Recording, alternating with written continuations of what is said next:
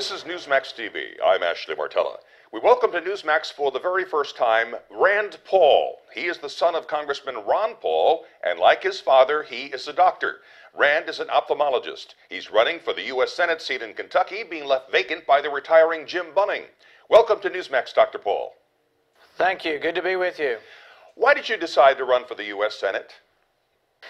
I'm worried about our country. I mean, I'm very busy with my family and my kids and my medical practice, but I'm just really worried about our country. I think we're drowning in a sea of debt, and I see no way out of it unless we have fundamental reform. I think the pork barrels, spending that goes on both sides of the aisle has to stop. We have to quit these crazy earmarks. I think we need term limits. I think the system really has to be fundamentally reformed. Your campaign has already raised over $1 million. To what do you attribute that huge cash flow?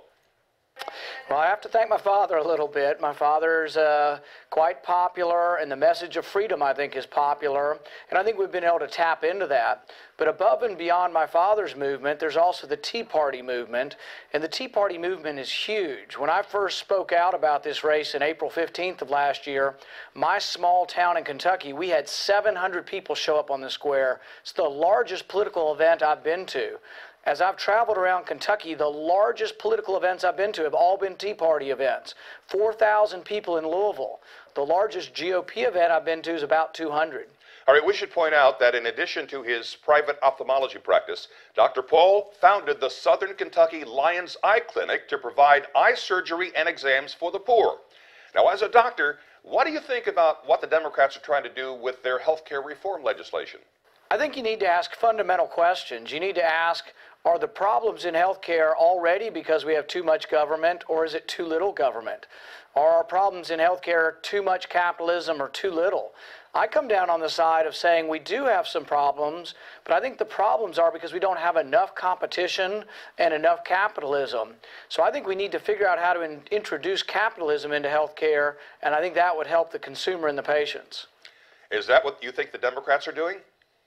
No, I think they have a great confidence that government can solve problems, but I tell people that if you want government to run all of your health care, just remember FEMA trying to distribute water bottles at the Superdome after Katrina.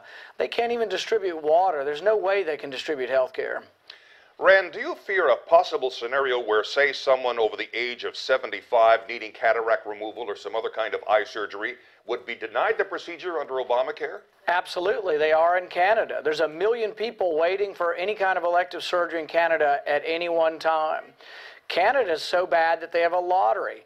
There's some little towns that have one family doctor. You have to do a lottery, and you can sometimes wait 1.5 years to see the doctor. I have friends who are eye surgeons in Canada. They finished their surgery by September, their allotment. They're given a number of surgeries they can do. When they finish in September, some of them come to the U.S. and do elective cosmetic eye surgery in the U.S. because they're not allowed to operate anymore in Canada. Do you think the vast majority of voters are aware of this?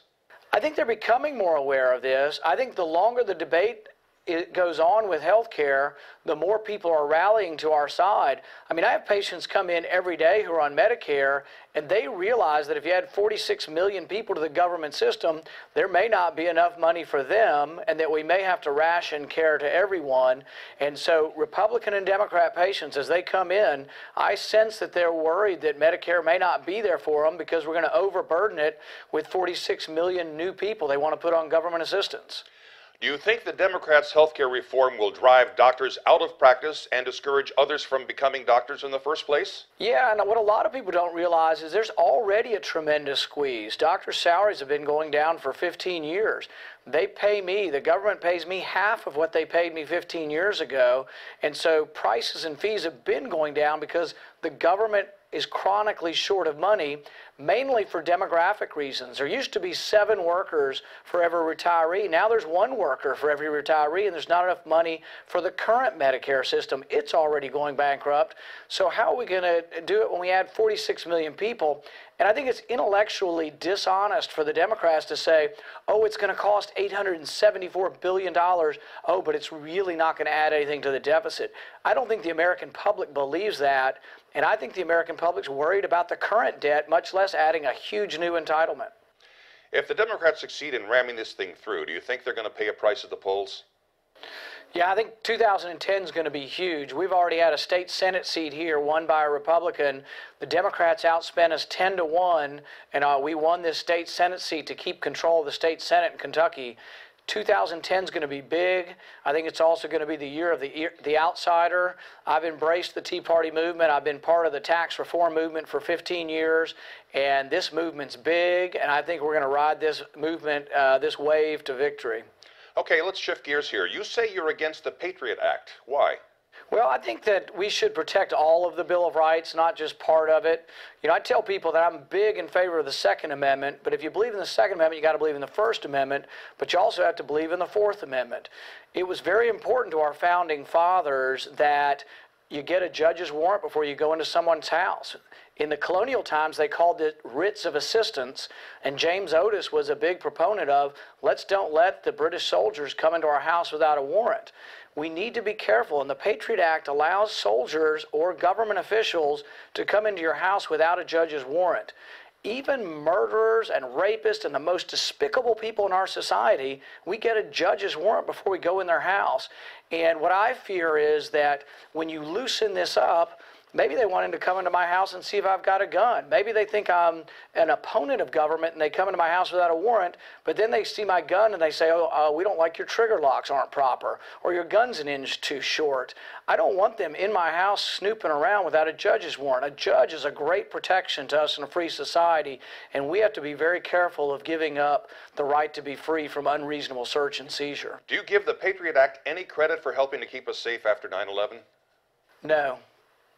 Absolutely none. I think, Ben Franklin said, those who give up their liberty for security will have neither. We need to be very careful and be vigilant about our enemies. And I don't take this lightly that these people are not our enemies. I think we have to have good intelligence. I think we need to stop people from organizing to attack us.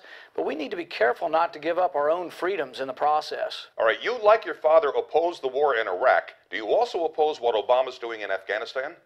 I have always said that the most important thing about either Iraq or Afghanistan is that we declare war properly. Had I been in the Senate, I would have forced a vote on that, and if there were a vote on Afghanistan to declare war back in 2001, I would have voted yes. You also oppose the federal income tax, of course, you and millions of other Americans. What would you propose instead of the income tax? I will support any change in the tax system that makes the rules less onerous and makes the amount of taxes less. So this could be lowering the income tax. I'd be for a flat rate income tax, but I also would support a sales tax instead of an income tax. I would love to never have to deal with the IRS again. I think millions of Americans would agree. But as Republicans, we've been pretty good at cutting taxes. We have to also cut spending. If you only cut taxes, the deficit will become more monstrous and it will bankrupt us, or we'll destroy our currency paying for the debt. So I think what you have to do is, yes, cut taxes, but really, first off the bat, we have to start cutting federal spending. You're not a fan of the Department of Education. Should it be done away with, do you think? I remember back in 1976 when my family supported Reagan. We went to the convention in Kansas City, and it was a big debate back then. And Reagan was for getting rid of the Department of Education, and so am I. It was part of our platform in 1980, and I think it was still part of our platform in '84.